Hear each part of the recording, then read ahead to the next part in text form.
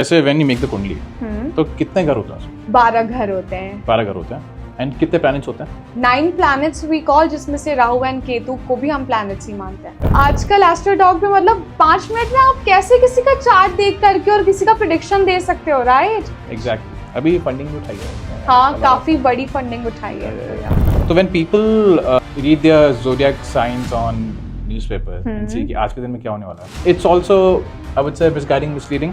फिर कुछ लोग पढ़ने में बहुत वीक होते हैं, Yeah. तो वैसे ही प्रैक्टिकल रेमेडी देते हैं कि अगर आपने ये पर्टिकुलर चीज करी तो आपकी ऑटोमेटिकली नर्वस सिस्टम इम्प्रूव होगा। सिख धर्म एक ऐसा धर्म है जहाँ पे सेवा को ज्यादा महत्व दिया जाता है। Diksha ji, how are you? I'm very good. How are you? I'm really good. Thank you so much for asking. Welcome to the Chumba Talk. Thank you. Perfect. So Pratiksha ji, you have been an astrologer roughly 8 साल हो गए इस चीज़ को. Yup. Yeah. So बचपन से interest था इसके अंदर? नहीं, पहले नहीं था, बट जब 12th हो गई थी मेरी complete and my dad was more like कि अब कहाँ पे एडमिशन लें, कौन से कॉलेज में, तो even I was confused where to go, but he took me to an astrologer and उन्होंने कुछ मेरे हॉरोस्कोप देख कर के ऐसी बातें करी जो मुझे बिल्कुल भी समझ में नहीं आई। I did not agree. For example मैं बता नहीं सकती, ऐसे बोला कि आउट ऑफ द वे जा कर के आपकी बेटी काम करेगी एंड ये सब चीज़ें। तो मैंने भी उनको चैलेंज लिया, मैंने कहा अब मैं आपसे बड़ी एस्ट्रोलॉजर बन के दिखाऊंगी एंड लिटरली आज उन एस्ट्रोलॉजर से ज़्यादा फीस मेरी है। Amazing. या So before you went to this particular astrologer, interest किस फील्ड में था? interest, like I was always a very bright student while having communications and so mass communication and media में interest था. Okay. All right. So I mean, eventually when you came into astrology, you were still speaking and talking to the people and guiding them? Yeah, like consultation, समझाना Yeah. बचपन से ही like Yeah. बहुत अच्छा शौक था Yeah. and मैं हमेशा से लोगों को काफ़ी guidance देती भी आई हूँ Yeah. एंड स्कूलिंग भी काफ़ी अच्छे जगह से हुई है मेरी, तो वहाँ पे सिखाते हैं बहुत अच्छे से how to handle people, how to communicate, तो तब से वो चीज़ें अंदर थी ऑलरेडी। और एस्ट्रोलॉजी सीखने के बाद तो कंसल्टेशन एक मेन चीज़ होती है। Amazing. So both of these things came Yeah, together for you. came together.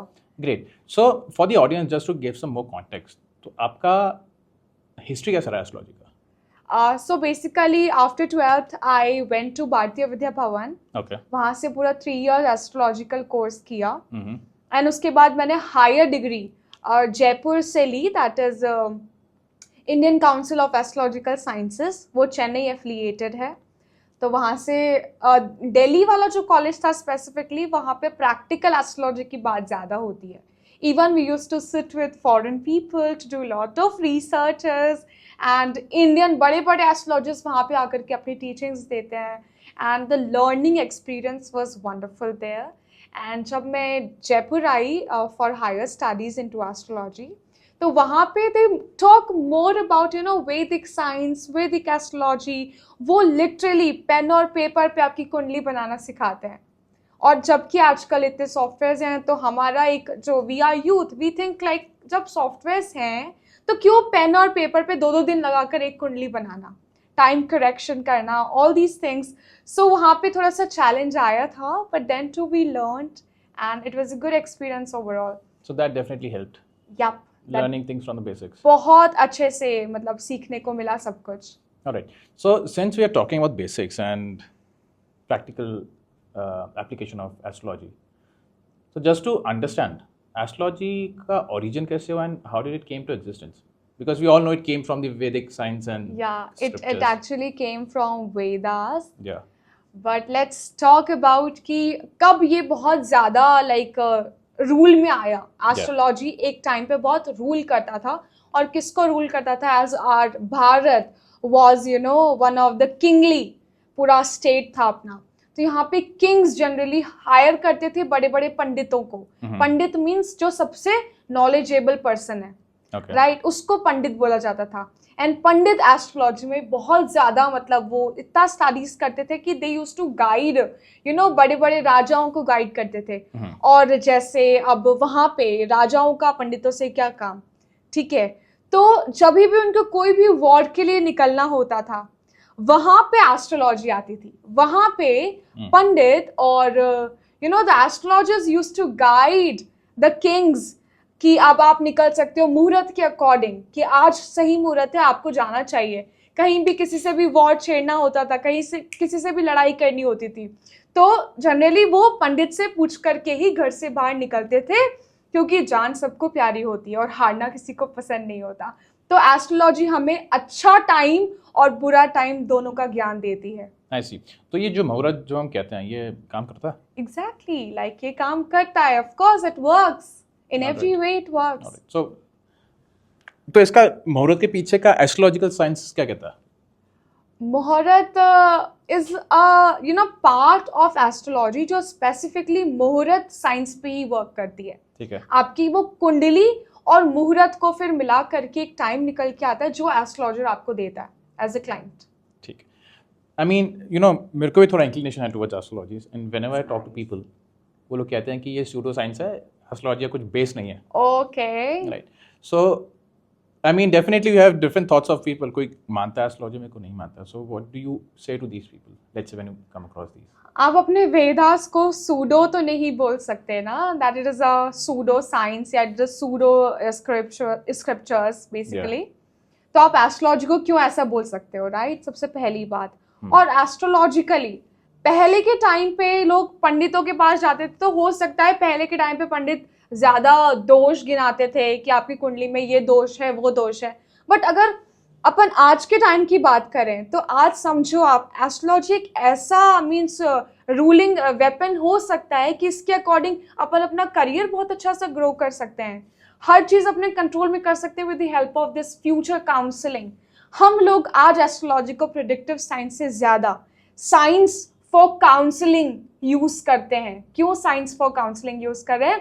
Because ये आपको फ्यूचर लाइक पास्ट प्रेडिक्शंस को लेकर के प्रेजेंट की बात करती है, एंड प्रेजेंट को लेकर के हम लोग फ्यूचर के बारे में बात करते हैं। So it is all connected. Okay, I see. So जैसे व्हेन यू मेक द कुंडली, तो कितने घर होते हैं उसमें? 12 घर होते हैं। 12 घर होते हैं एक कुंडली में 12 घर होते हैं। We call it houses, 12 houses. ठीक है, फाइन। एंड कितने प्लैनेट्स होते हैं? 9 प्लैनेट्स वी कॉल, जिसमें से राहु एंड केतु को भी हम प्लैनेट्स ही मानते हैं। राहु और Ketu.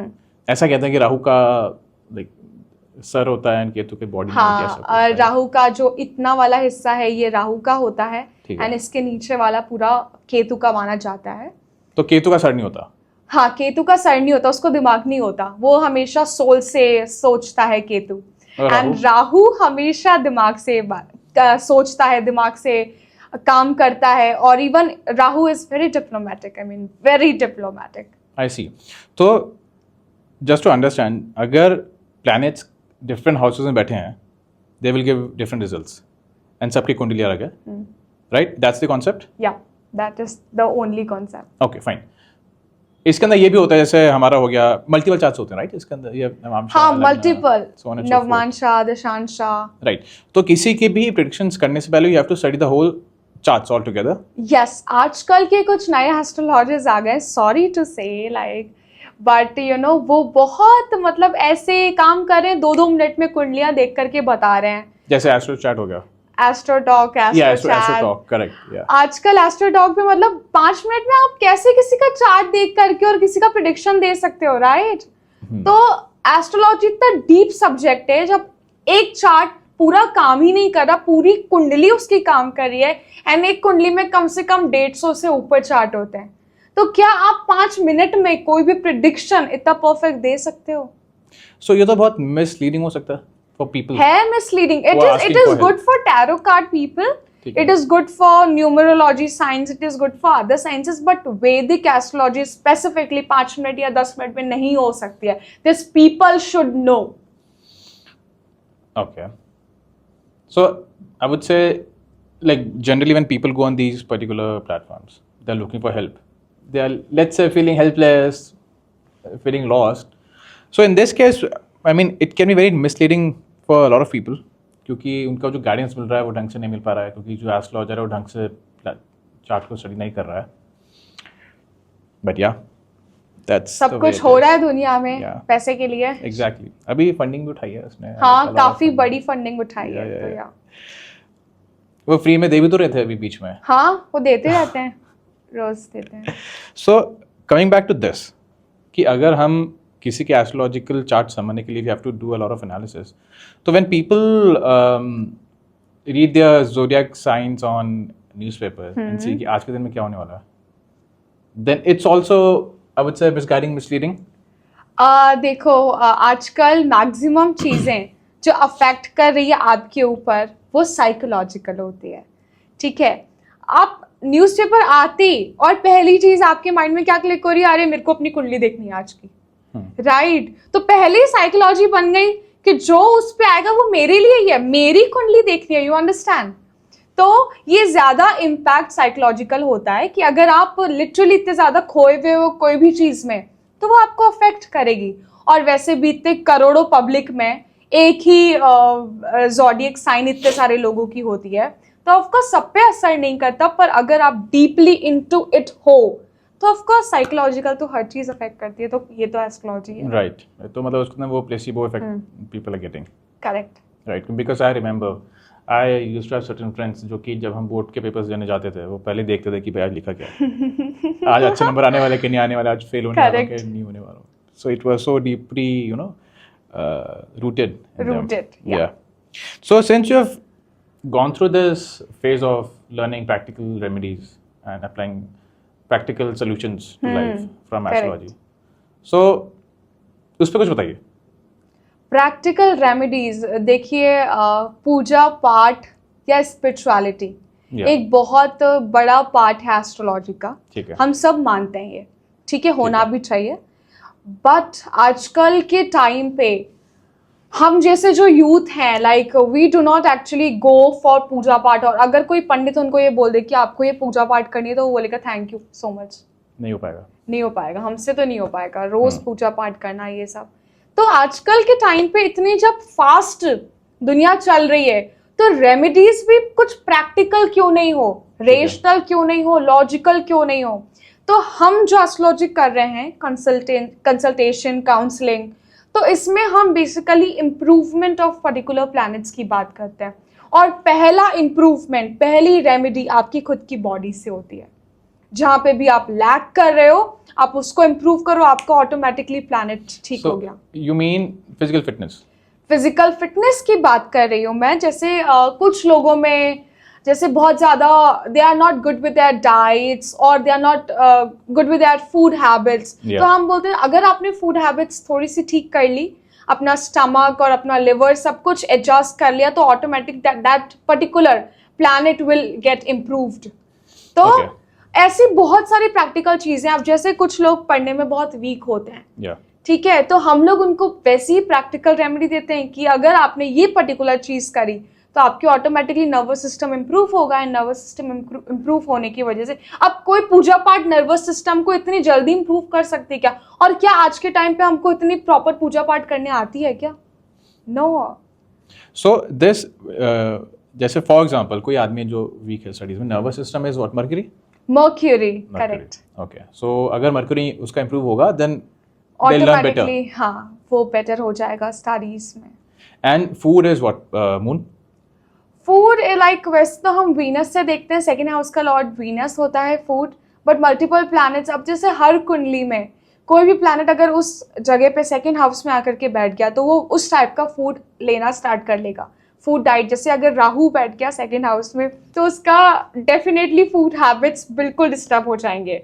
Even they will be consuming fast foods. और जैसे हमारी वैदिक एस्ट्रोलॉजी में नॉनवेज और ड्रिंक्स को, हार्ड ड्रिंक्स को थोड़ा सा ऐसा माना जाता है it is not good for health. Right, तो आजकल के लोग सब खा रहे हैं, वैसे तो इट इज़ जस्ट नॉर्मल है सब लोगों के लिए. बट देन टू हम ज़्यादा प्रेफर नहीं करते कि लोग इसको खाएं. या और जिसका राहु सेकेंड हाउस में होगा उसको डेफिनेटली फूड हैबिट्स बहुत डिस्टर्ब होगा. मतलब नेगेटिव फूड हैबिट्स. हाँ, नेगेटिव फूड हैबिट्स. और जुपिटर हो गया तो वो बहुत संयम से काम करेगा, कामनेस, बहुत अच्छे से वो खाना खाएगा, बहुत सात्विक उसका नेचर होगा in terms of food. Jupiter जिसका स्ट्रांग होता है वो बहुत वो होता है ना, विजडम से भरा हुआ. Wisdom, right? Wisdom. You are good in astrology too. I can. I mean, I've been reading here and there. Yeah. Yeah. So I follow this guy, Lunar Astro, Dipanshu. I mean, मैं उस ideology से आ रहा था कि astrology again उसका कुछ base नहीं है and मैं कभी उस पर विश्वास नहीं करता था, बट एवर सिंस मैंने उनकी वीडियोस देखनी चालू हुई है ना, I mean the way he puts things across, it's very interesting. I mean you tend to believe in it कि हाँ बहुत प्रैक्टिकल तरीके से बता रहे हैं, it make sense. Correct. And I believe अब तो धीरे धीरे लोग भी और एस्ट्रोलॉजी के अंदर इंडल्ज होते जा रहे बहुत हैं. ज्यादा, जब से Right? एस्ट्रोटॉक आया है तब से तो पूरा मार्केट एस्ट्रोलॉजिकल हो चुका है. एंड लोग भी मेरे ख्याल से पढ़ने लग चुके हैं इधर उधर कि भाई मेरे बहुत चार्ट में ज्यादा. क्या है वो क्या है. हर किसी को देखो तो वो एस्ट्रोलॉजी में उसको पता है क्या होता है प्लैनेट्स, क्या होता है दशाज. सो अगेन मेरे को ऐसा लगता है कि अगेन ये भी थोड़ा मिसलीडिंग है कि फॉर एग्जांपल मैंने अपना एक चार्ट देख लिया, मैंने देख लिया मेरा प्लैनेट इस पे है, तो मैं सोलली उसके इफेक्ट देखूंगा. मैं ये नहीं देखूंगा कि कौन सा प्लैनेट उसको कैसे इफेक्ट कर रहा है. Correct. So I mean it's misleading again for people. कभी कभी यस एंड कभी कभी ठीक है, चलने दो. अगर जब तक वो छेड़छाड़ नहीं कर रहा चीजों से, एनर्जी से, तब तक ठीक है. अगर जिस दिन वो एनर्जी से छेड़छाड़ करना स्टार्ट कर लेगा कि मैं ये भी कर लेता हूँ, ये भी उपाय कर लेता हूँ, ये भी रेमेडीज कर लेता हूँ, even like even he if he doesn't know the exact horoscope and planet strength, तो तब तक तो ठीक है. पर अगर जैसे वो छेड़छाड़ करना स्टार्ट करता है तो डेफिनेटली फिर तो कोई नहीं बचा सकता. आई सी. सो एक एस्ट्रोलॉजर के पास जनरली जाने का सही टाइम कौन सा है फॉर अ पर्सन? वैसे तो आपको खुद को पता होगा जब लोग जनरली बहुत ज्यादा दुखी हो जाते हैं, या बहुत ऑब्स्टेकल्स आते हैं उनकी लाइफ में, या पेरेंट्स बच्चों के लिए करियर ढूंढ रहे होते हैं, या तब जाते हैं, या मैरिज के लिए कुंडली मिलान के लिए जाते हैं. Yeah. बट मेरे हिसाब से जब आप बहुत मेच्योर हो जाओ, दैट आपको इतना समझ आ जाए दैट कि अब मुझे लाइफ के कुछ गोल्स को क्लियर करना है, राइट, एंड बिल्कुल सही डायरेक्शन में मुझे वर्क करना है. जब आपके अंदर ये सोच डेवलप हो गई ना, तो वही टाइम करेक्ट है एस्ट्रोलॉजर के पास जाने के लिए. आई सी. तो ओके, सो जैसे आई मीन अनदर थॉट ये कहता है, जैसे लोग कहते हैं कि फेट इज डिटरमाइंड, जो होना है आदमी के साथ वही होगा. सो लेट्स से अगर फेट इज देयर, मुझे पता है कि मेरा पाथवे कैसा होने वाला है, does going to an astrologer and if I don't go to an astrologer, वो फेट जो मेरा है does it gets changed in any way or form? See, astrology ये बोलती है दैट एवरीथिंग इज रिटन. या एवरीथिंग इज रिटन. या astrologer पूरा कभी भी प्रिडिक्ट नहीं कर सकते. ओके, हमारे कॉलेज के KN राव सर थे, इंडिया के सबसे बड़े एस्ट्रोलॉजर, ऑलराइट. ठीक है. वो भी बोलते हैं कि अगर आपने 60 to 70% हॉरोस्कोप प्रिडिक्ट कर दिया अच्छे से, या दैट मीन्स कि आप बहुत अच्छे एस्ट्रोलॉजर हो, बहुत I see. अच्छे. 60 to 70. Okay. तो एक तो कोई भी प्रिडिक्ट नहीं कर सकता, बट या we can take help of astrology for our future guidance. जैसे अब कोई बड़े बड़े बिजनेसमैन आते हैं हमारे पास, तो वो बोलते हैं is it a good time for this particular investment, property लेनी है, बड़ा बिजनेस ओपन करना है, राइट, या कोई भी न्यू चैनल ओपन करना है, राइट, या कुछ भी नई चीज में अपन को इनरोल करना है. So is it a good time, और ये नेक्स्ट कुछ ईयर्स में कैसा रहेगा, इसका रिजल्ट कैसा आएगा. तो अगर किसी को नेगेटिव टाइम आने वाला होगा तो डेफिनेटली आप बच जाओगे ना. करोड़ों का इन्वेस्टमेंट कर रहे हो, अगर आप एस्ट्रोलॉजर के पास आओगे और आप पूछ लोगे कि मैं अगर इन्वेस्टमेंट आज कर रहा हूँ और मुझे पता है उसकी 7 साल की या 18 साल की दशा ही बिल्कुल खराब है, उसको 1 रुपए का प्रॉफिट तो नहीं होगा, उल्टा लॉस होगा, राइट, तो डेफिनेटली वो बच जाएगा लॉसेस से. और मुझे पता है अगर उसका प्रॉफिटेबल टाइम आ रहा है तो मैं उसको बोलूंगी इतना नहीं, डबल इन्वेस्टमेंट कर, उसके फ्रूट्स बहुत अच्छे आएंगे. So this is the way of like doing this counselling. Okay, तो जो करियर पाथ होता है किसी का, इज इट सोली, जैसे कहते हैं कि 10th house is the house of career, so आदमी सोली डिफाइन कर सकता है based on the 10th house की कौन सा करियर लेना चाहिए? बिल्कुल, yes. Only one house is enough? No, not only one house is enough. Okay. सबसे पहला जो इम्पोर्टेंट चीज होती है कुंडली में देखने वाली, वो होती है लगन. आपका लगन, दैट इज असेंडेंट. ठीक है. तो आपका लगना कैसा है, वेयर योर लगना लॉर्ड इज पोजिटेड, ओके, ठीक है, कहाँ वो बैठा है, कहाँ पोजीशनड है. तो उस अकॉर्डिंग सबसे पहला तो आपका इंटरेस्ट जाना जाता है उससे, लग्न लॉर्ड से. ठीक है. जैसे ही आपका इंटरेस्ट पता पड़ा, फिर आप उसको 10th हाउस से कनेक्ट कर जाओ. 10th हाउस हो गया, 6th हाउस हो गया, 2nd हाउस हो गया, 11th हाउस हो गया. तो इतने सारे हाउसेस को हमें डिटरमाइन करना पड़ता है for like predicting for career. तो ओके, सो एक सक्सेसफुल करियर या फिर गुड अमाउंट ऑफ मनी, कौन सा प्लैनेट है जो रिस्पॉन्सिबल है? मनी के लिए अगर स्पेसिफिकली बात करें अपन तो वीनस है। ठीक है। ठीक है, है। All type of luxury, all type of monetary benefit हम लोग Yeah. वीनस को देखते हैं। ठीक है। शुक्र। ठीक है। एंड आपको अगर वेल्थ की बात करनी है तो जुपिटर इज द प्लैनेट। ठीक है। ओके, लग्जरी इज वीनस, हाँ, wealth wealth is Jupiter. Jupiter कि कितना एक्यूमुलेशन ऑफ वेल्थ कोई इंसान कर लेगा, बैंक ठीक है। बैलेंस कितना बना लेगा। ठीक है। राइट। और जैसे अपन ने बिजनेस की बात करी स्पेसिफिकली, Yeah. तो बिजनेस से रिलेटेड किसी में कितना दिमाग है बिजनेस करने के लिए Yeah. और कितना पैसा वो कमा लेगा, तो ये अपन मर्क्यूरी से देखते हैं। I see. So there are like all planets have to work together for particular goal. तो सबका देखना पड़ता है कि सबका कॉम्बिनेशन क्या देखना बैठ रहा पड़ता है। And let's say status in society. In society, status का sun. Sun. Sun is the status. Interesting. Emotions are the moon. ठीक है। And Shani? Shani is all about, Shani भी हम लोग करियर के लिए देखते हैं। लाइक स्टेबल करियर के लिए शनि भी देखा जाता है, और पर्सन कितना हार्ड वर्कर होगा, नहीं होगा, अपने करियर को कैसे आगे बढ़ाएगा, वो करियर में फेल होगा, पास होगा, तो ये सब शनि से देखा जाता है। इंटरेस्टिंग। सो ऐसा नहीं है कि एक ही planet is responsible for let's say good future that Never. With comfort. I told you astrology is not like about one planet or one house. It is about the entire Kundali. I see. Interesting. तो आजकल बहुत सारे astrologers and people who are in consulting एक काल सर्प दोष बोलते हैं, एक बोलते हैं मंगल दोष है। तो like what is it? And one more that eclipses जो होते हैं, या ग्रहण, आपके कुंडली में ग्रहण दोष है, काल सर्प दोष है, मंगल दोष है। I don't understand why people call it दोषा।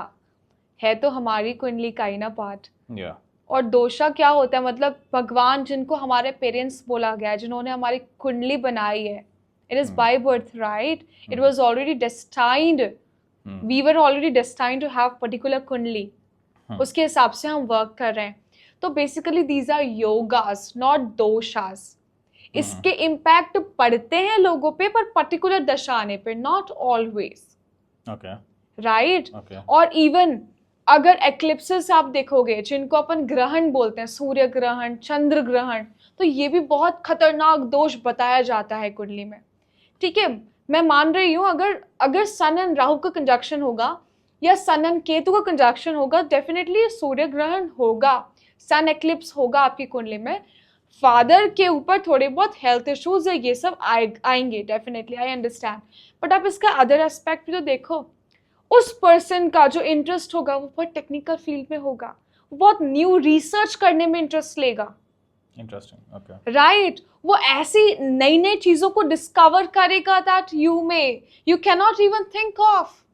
ओके। तो हर चीज मंगल दोषा या ग्रहण दोषा या काल सर्प दोषा नहीं होती है, इनके पॉजिटिव और नेगेटिव इम्पैक्ट्स होते हैं जो दशास के अकॉर्डिंग लाइफ में आते हैं।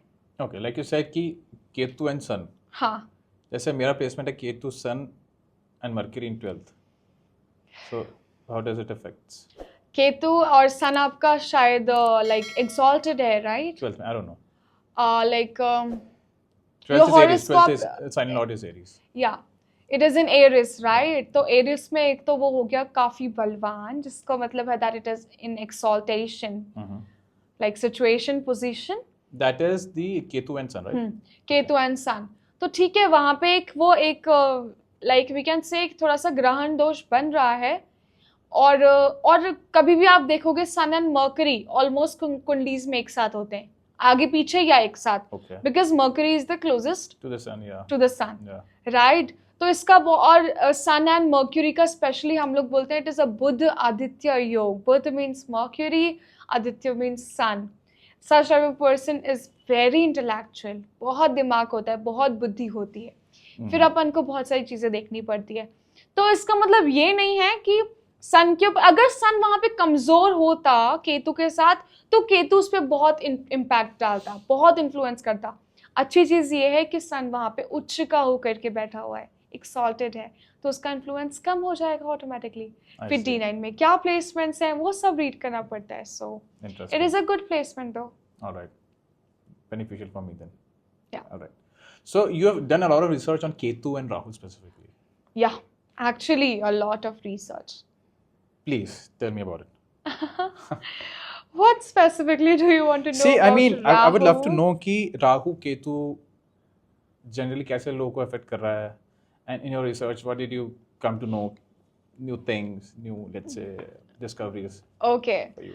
So Rahu has always been very interesting planet. बहुत interesting planet है। क्यों? क्योंकि राहु को आजकल के समय का planet माना गया है। All right. Very diplomatic, very manipulating, and उसको अपना काम कराने आता है। Okay. पर राहु को आपकी कुंडली में उन्हीं लाइक नक्षत्रों में या उन्हीं साइंस में बैठना चाहिए अगर उसको ट्रू रिजल्ट चाहिए तो राहु का। अब राहु की दशा किसी को भी एक्टिव हो जाए, Okay. वो पर्सन स्पेशली बहुत ज्यादा एक तो सोचेगा जब दशा आएगी उसकी. सब जब दशा आएगी, ठीक है, और कंफ्यूजन तो बहुत ज्यादा चले क्योंकि उसको मल्टीटास्कर होता है। राहु मीन्स मल्टीटास्कर, क्योंकि वो दिमाग से काम कर रहा है, एंड दिमाग से काम करने वाला उसका 100 जगह दिमाग चलता है, ये भी कर लूँ, ये भी कर लूँ, ये भी कर लूँ। तो इसीलिए क्या होता है, राहु वाला पर्सन एक मीन्स उसको हर चीज डिस्कवर करनी है, नई खोज करनी है। Rahu is a taboo breaker. पुराने जमाने के जो भी हमारे रीति रिवाज चलते हुए आ रहे हैं, राहु की दशा आते ही वो बोलेगा, अपनी मॉम डैड से पूछेगा why are you doing this. Mom dad को कभी उसके लॉजिक्स पता होते हैं तो कभी नहीं पता होते, और अगर आपने जब तक राहु वाले पर्सन को सही उसका रीजन एंड लॉजिक नहीं पता तब तक वो करेगा ही नहीं। I don't want to do it please, ये उसके रिप्लाई होंगे। तो Rahu means you know such type of like you know personality जो किसी के समझ में नहीं आता। Maximum politicians are Rahu oriented people. Rahu strong होता है उनका बहुत स्ट्रांग, और उनकी कहीं ना कहीं दशा लाइक इन्फ्लुएंस कर रही होती है। Okay. So I mean, in a person if Rahu driven है, राहु dominant है, तो को reasons and rational चाहिए why to do something. हर चीज उसको रीजन से और रैशनल चाहिए, प्लस वो कभी भी हेजिटेट नहीं करेगा, हेजिटेट नहीं होगा किसी का बुरा करने के लिए। अगर उसका फायदा हो रहा है तो ही विल लाइक कर लो यार, आज जीना है। राहु मीन्स आज जीना है, लिटरली।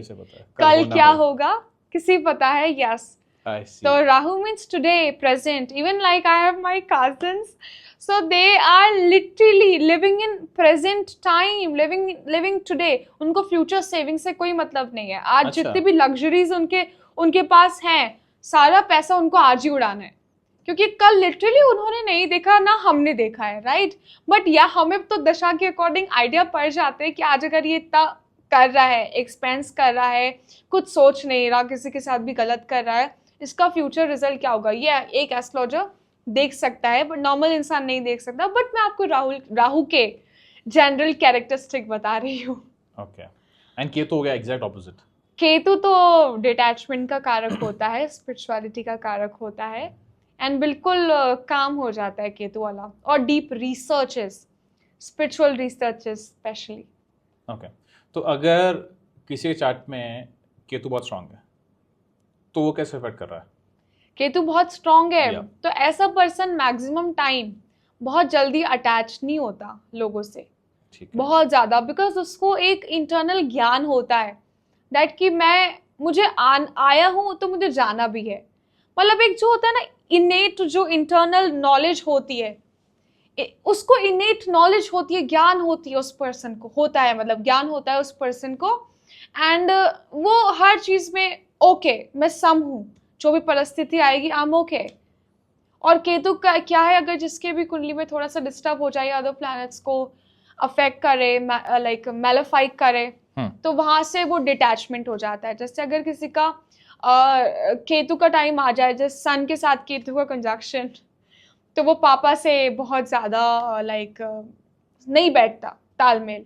केतु का टाइम आने पे हो सकता है वो बच्चा बाहर चला जाए, पापा से दूरी हो जाए, ठीक है, कंपैटिबिलिटी इश्यूज आते हैं, कंपैटिबिलिटी इशू आते हैं, और विचार तो बिल्कुल ही नहीं मिलते। तो इसलिए बहुत सारी बातें होती है राहु केतु के लिए, एंड दीज आर लिटरली ऐसे प्लैनेट्स हैं जिनके बारे में प्रिडिक्शन बहुत कम किया जा सकता है। राहु एंड केतु सबसे लीस्ट रिसर्च प्लैनेट्स हैं, सबसे ज्यादा रिसर्च हो रही है आज के टाइम पे हो रही है राहु केतु पे। इंटरेस्टिंग। सो अनदर थिंग, जैसे I am a Sikh, right, so people generally से कि एस्ट्रोलॉजी के चार्ट्स दिखवा लो, कंसल्टेशन करवा लो, ये चीज़ कर लो, ये रिचुअल कर लो, चीज़ें इंप्रूव हो जाएंगी। जैसे सिख रिलीजन के अंदर तो चार्ट्स भी नहीं मिलाते हैं, तभी तो लोगों को पता भी नहीं होता कुंडली में है क्या मेरा। करेक्ट। सो मेरा क्वेश्चन वो है कि I mean, is it really necessary to compare charts and check the compatibility? क्योंकि सिख रिलीजन के अंदर तो मुहूर्त नहीं देखा जाता। अच्छा, शादी अब करनी है, संडे है, लावा हो गया, संडे है, सब प्रयोग करवाओ, क्या चार्ट, क्या कुंडली, who knows? Correct. So what do you have to say on this? Sikh धर्म एक ऐसा धर्म है जहाँ पे सेवा को ज्यादा महत्व दिया जाता है। जैसे हर गुरुद्वारे में, मैक्सिमम गुरुद्वारे में 24 घंटे लंगर चल रहा है, राइट? और वहाँ पे हर कोई पैसे वाला आ जाए, गरीब से गरीब आ जाए, सबका एक ही तरीके से देखा जाता है। सबको एंट्री है गुरुद्वारे में, सबके लिए लंगर वही, और सबको नीचे बैठ करके ही लंगर खाना है। हर इंसान वहां पे आकर जोड़ों की सेवा कर रहा है, हर इंसान बर्तन मांज रहा है, हर इंसान झाड़ू पोछे कर रहा है, वो मेल हो या फीमेल हो, कुछ भी हो, और खुद के जूठे बर्तन तो खुद ही को मांजने होते हैं। तो वहां पे जब आप ऐसे धर्म का पार्ट हो जाते हो जहाँ पे ऑलरेडी मतलब सेवा वाला धर्म है, आप सबके लिए, सारे इंसानों के लिए कर रहे हो, ऊपर वाले के लिए कर रहे हो, आप जो गुरु नानक जी की वाणी है, गुरु गोविंद सिंह जी की वाणी है, उसको आप फॉलो कर रहे हो, तो ऑटोमेटिकली सारे ग्रह तो आपके शांत हो गए। सेवा ही तो करवानी होती है हमको। हम लोग रेमेडीज क्या देते हैं? यही तो देते हैं, कुत्ते को खाना खिलाओ, गाय को चारा दो, राइट? और यहाँ पे तो आप इंसानों की सेवा कर रहे हो, इंसानों को भगवान माना जाता है। तो अब बट हाँ, किसी किसी की कुंडली में अगर कोई सिख हमारे पास आ जाए कि भाई मेरा शनि बिल्कुल ही डिस्टर्ब हो गया है एंड बहुत ज़्यादा ऑब्स्टिकल्स आ रहे हैं लाइफ में, रुकावटें आ रही है, या ऐसा टाइम चल रहा है कि आई एम ब्लैंक, तो तब ऐसे शनि जिसके भी चार्ट में डिस्टर्ब हो जाए तो उसको, और वो सिख धर्म से बिलोंग करता हो या नहीं करता हो, तो हम उसको यही बोलते हैं कि भाई तू जोड़ों की सेवा स्टार्ट कर ले, जूते चप्पल की जो सेवा होती है वो स्टार्ट कर ले। क्यों? क्योंकि शनि जूते चप्पल का कारक होता है, और ऐसे पर्सन को जल्दी जल्दी अपने जूते चप्पल बदलने चाहिए, एवरी 3 months तो बदलने ही चाहिए, अगर सैटर्न खराब है तो। और घर में भी जूते चप्पल को बहुत ऑर्गेनाइज करके रखे, प्लस बड़े बुजुर्गों के पैर दबाए, घुटनों से लेकर फुट तक सरसों के तेल से मसाज करे, तो उसका प्लैनेट भी ठीक होगा और उसके मॉम डैड की सेवा भी होगी, तो आशीर्वाद भी मिलेगा। Interesting, right?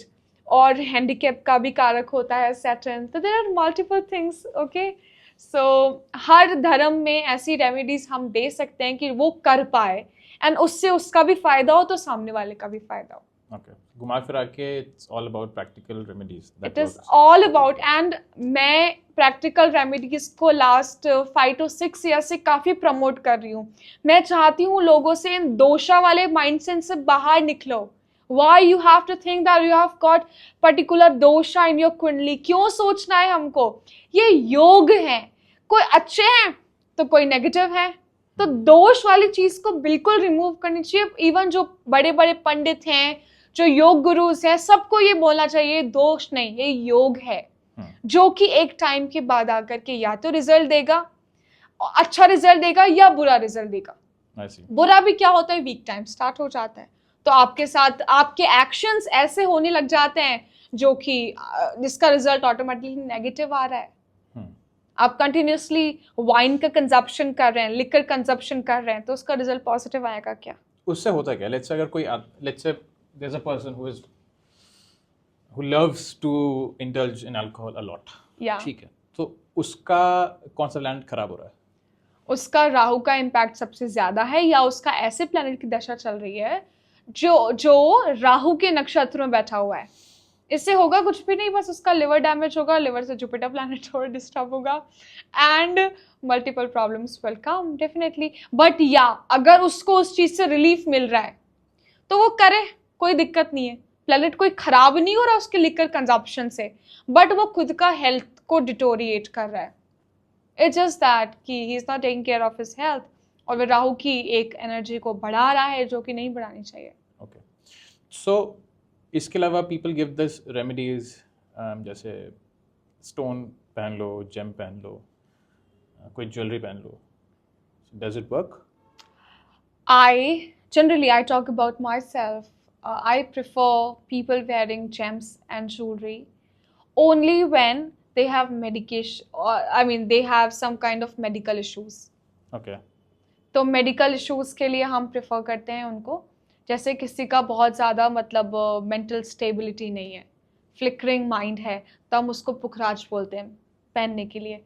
पुखराज से क्या होता है, वो बिल्कुल काम हो जाता है, उसके डिसाइसिव हो जाता है वो बहुत ज़्यादा अच्छे से. एंड राहु केतु के कभी भी स्टोन्स नहीं पहनने चाहिए, कभी भी नहीं. कैट आई वगैरह, नो, नेवर. आपको उल्टा जो आपका वीक, अच्छा जो शुभ प्लैनेट है, जो वीक है आपकी कुंडली में, उसकी एनर्जी बढ़ाओ ना. अब राहु केतु की एनर्जी हाथ में पहन करके क्यों बढ़ा रहे हो? वो तो है ही डाउनसाइड एनर्जीज. तो मैं थोड़ा सा इसके खिलाफ हूँ जो राहु केतु के स्टोन्स को लोग रेफर करते हैं. नहीं करना चाहिए, never. And like jewellery, gold, silver? हाँ, जैसे अगर किसी की बॉडी बहुत ज़्यादा, मतलब किसी के प्लैनेट्स बहुत ज़्यादा फायरी साइंस में बैठे हुए हैं, ठीक है, फायरी नक्षत्रों में बैठे हुए हैं, तो ऐसे पर्सन को चांदी मैक्सिमम पहननी चाहिए. एलिमेंट से देखो बॉडी का, ये मेडिकल साइंस से बिलोंग करता है. और किसी का लाइक चार्ट में बहुत ठंडे प्लैनेट्स है, जैसे आपकी कुंडली में सेकंड लाइक 11th हाउस में मून एंड वीनस, तो वो ठंडा है, वो बॉडी को पूरे जॉइंट्स में भी इवन ठंडा पहुंचाता है वो. तो नहीं होना चाहिए, जो कि पूरी बॉडी को ठंडा क्यों करना है, तो हमें हीट की एनर्जी चाहिए. तो you can also wear gold. So yeah, you should wear gold. Yeah. And उससे कॉन्फिडेंस भी आता है. that I see. I mean, पहले मैं सिल्वर पहनता था, मेरे रिजल्ट्स वर डिफरेंट. अब मैं गोल्ड पहनता हूँ, मेरे रिजल्ट. आपको कोल्ड एंड कॉफ की प्रॉब्लम बहुत ज़्यादा रहती होगी जब आपने सिल्वर पहना होगा, या ऐसे कुछ चीज़ें कि आपको बहुत लेजी एंड लेथार्जिक फील होता होगा कि नहीं यार छोड़ो, मैं नहीं कर रहा, कल करूँगा, मतलब sort of that, right. Procrastination था. हाँ, और ज़्यादा ओवर थिंकिंग, प्रोक्रेस्टिनेशन जो आप बोल रहे हो, true. है ना. और gold means positive energy, blood को एक तो प्योरीफाई कर ही रहा है गोल्ड, दूसरा कॉन्फिडेंस लेकर आ रहा है, तीसरा बॉडी में हीट को जनरेट कर रहा है, positive heat, not negative heat. जो आजकल की खान पान से नेगेटिव हीट जनरेट हो रही है बॉडी में, उसको भी वो मैनेज कर रहा है, मेटाबॉलिज्म को बैलेंस कर रहा है. तो multiple things are there. Alright, so अभी we have spoken about a lot of stuff, but एक चीज़ पे बात नहीं करी हमने, दैट इज मिथ्स. क्या है करंटली मार्केट के अंदर रिगार्डिंग एस्ट्रोलॉजी? कि ये एक मैजिकल साइंस है, और मैं ये छोटी सी रेमेडी करके बिल्कुल मेरी सारी दुविधाओं से बाहर निकल जाऊंगा. जो भी ऑब्स्टेकल्स हैं, बैरियर्स हैं लाइफ में, मॉम डैड की हेल्थ इश्यूज हैं, मेरा अनस्टेबल करियर है, एस्ट्रोलॉजर के पास जाऊंगा और एस्ट्रोलॉजर मुझे ऐसी कुछ चीज़ बताएगा और मैं उपाय करके बिल्कुल I will be free from every boundary that has been created by God. And I do not believe that it is true, because astrologer कोई भगवान नहीं होते कि आपकी कुंडली चेंज कर लें. आपको अगर शनि की जो 2.5 साल की अंतरदशा मिली हुई है, आपको उसको पूरी काटनी पड़ेगी.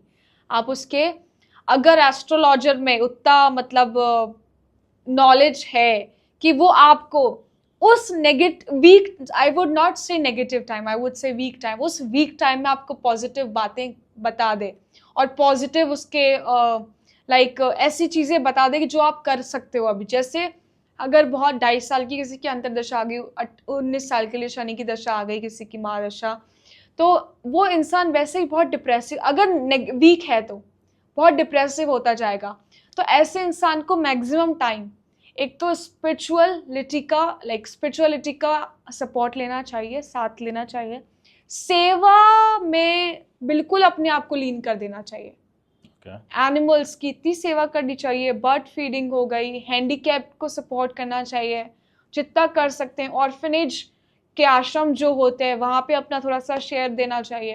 तो अगर वो ये सब चीज़ें करना स्टार्ट कर लेगा अपने वीक टाइम में, तो ऑटोमेटिकली उसके सारे नेगेटिव जो भी हैपनिंग्स है वो धीरे धीरे कटती जाएगी.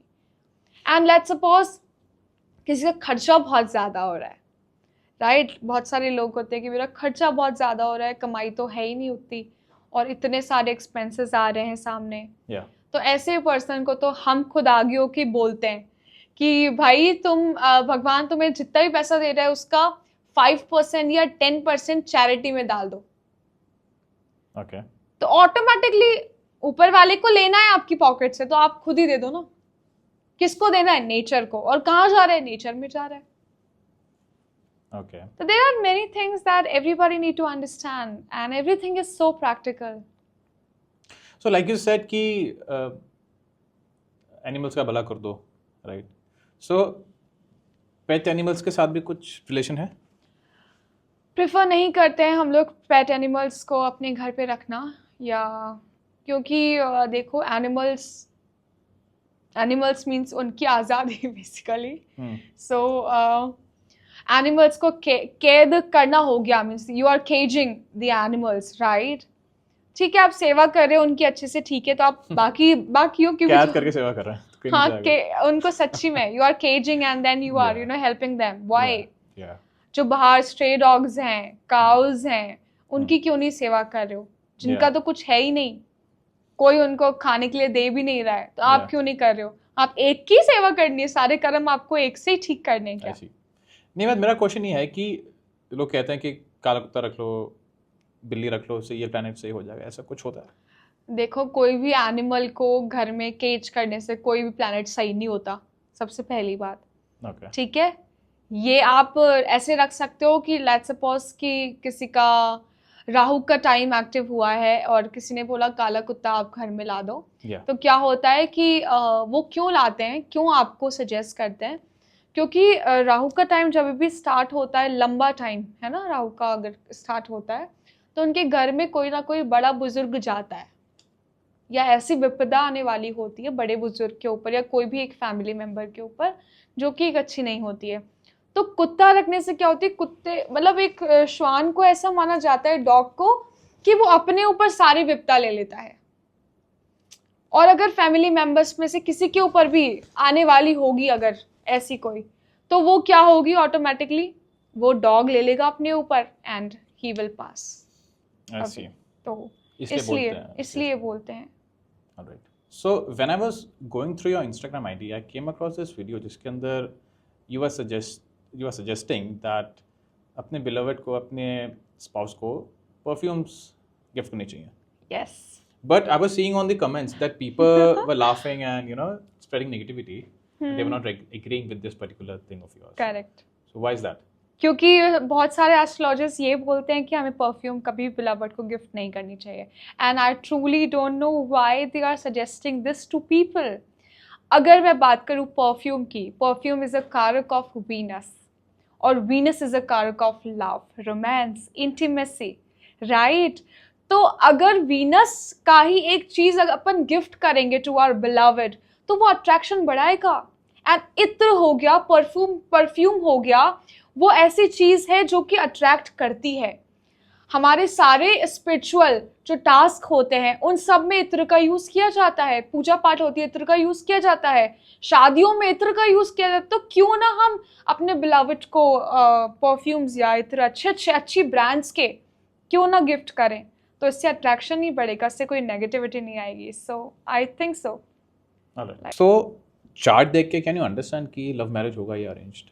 बिल्कुल, हम लोग कोई भी चार्ट से प्रिडिक्ट कर सकते हैं that this person will be going for love marriage और अरेंज मैरिज।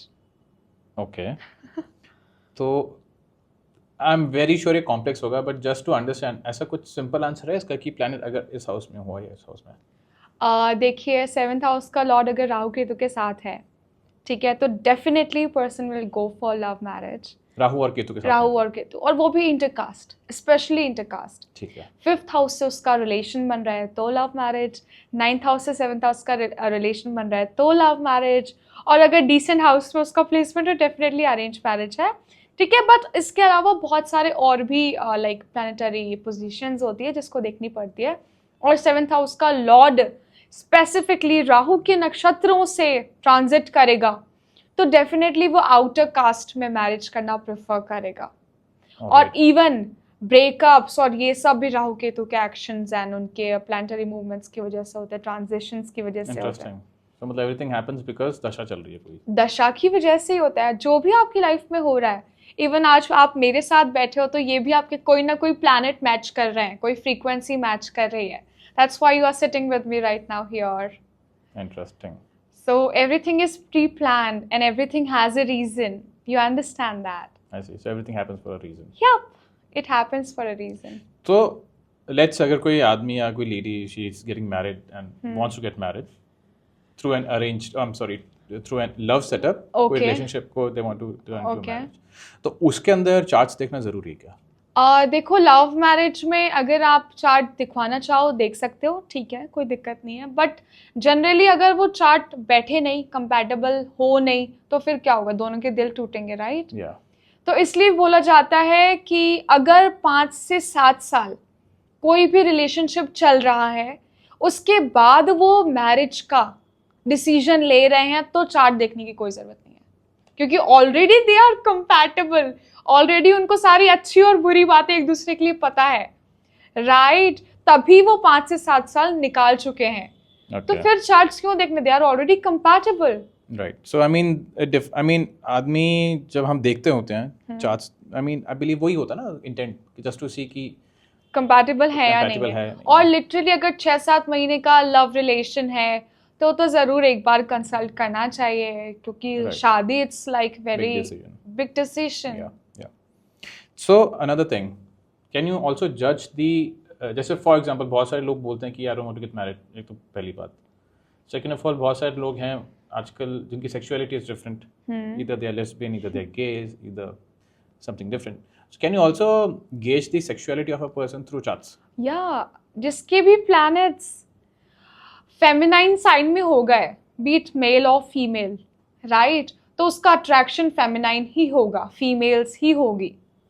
और उसका 7th हाउस का लॉर्ड, स्पेशली अगर फीमेल का, वो बहुत ज़्यादा फेमिनाइन नक्षत्र में है, फेमिनाइन साइन में बैठा हुआ है, D9 में भी फेमिनाइन लाइक रिलेशंस बना रहा है वो पोजीशंस के साथ, तो डेफिनेटली उसका inclination will towards female only, या मेल का है तो उसके साथ वैसा होगा। I see. So we can also gauge that. 100%. Okay. So is it like this कि अगर feminine traits ज़्यादा हैं चार्ट में, then opposite attracts, is it, or like similar? Similar attraction 7th house से देखा जाएगा, और इंक्लाइनेशन तो अपन मैक्सिमम प्लैनेट्स को रीड करके देख सकते हैं। All right.